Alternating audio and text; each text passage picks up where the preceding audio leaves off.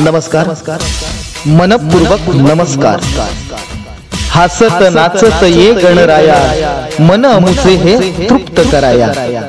सर्व गणेश भक्तांचे सहर्ष स्वागत। भाविक हो, आज आपण चलचित्राच्या द्वारे साई प्रसाद साई भंडाऱ्याचा अनुभव घेऊया।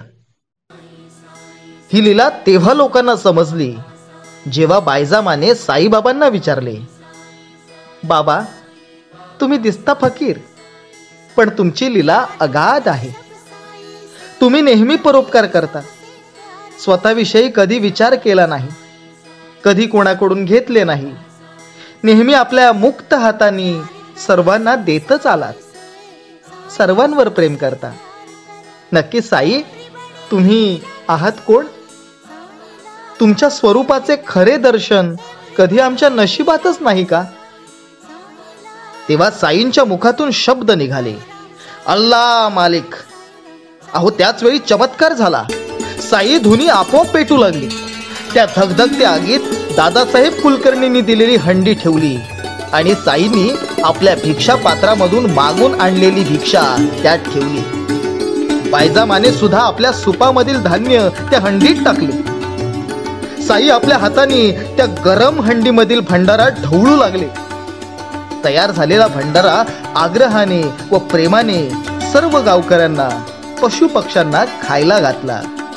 अहो आश्चर्याची गोष्ट अशी की गाव पशु पक्षी यांचे जेवण होऊन सुद्धा त्या हंडीमध्ये तेवढाच भंडारा शिल्लक राहिला।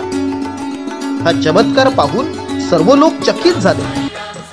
बायजाबा म्हणाली, साई साई तुम्ही धन्य आहात साई, तुम्ही तर ईश्वराचा अवतार आहात। तेव्हा साई म्हणाले, आपण सर्व परमेश्वराचे अंश आहोत। आपला आत्मा ईश्वर स्वरूप आहे। प्रत्येक आत्म्यात ईश्वर बसतो। कोणत्याही आत्म्याला नाराज करू नका। प्रत्येक भिक्षा मागणाऱ्याला आपल्या अन्नातील थोडे तरी अन्न द्या। त्याला कधी वाईट उद्धट बोलू नका। सर्वांना खुश ठेवा, ईश्वर तुम्हाला खुश ठेवेल।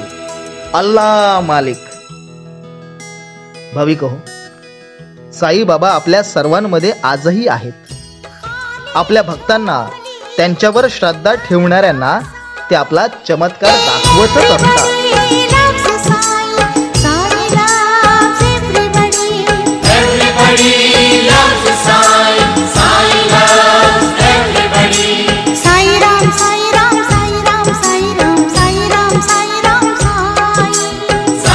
Sai Ram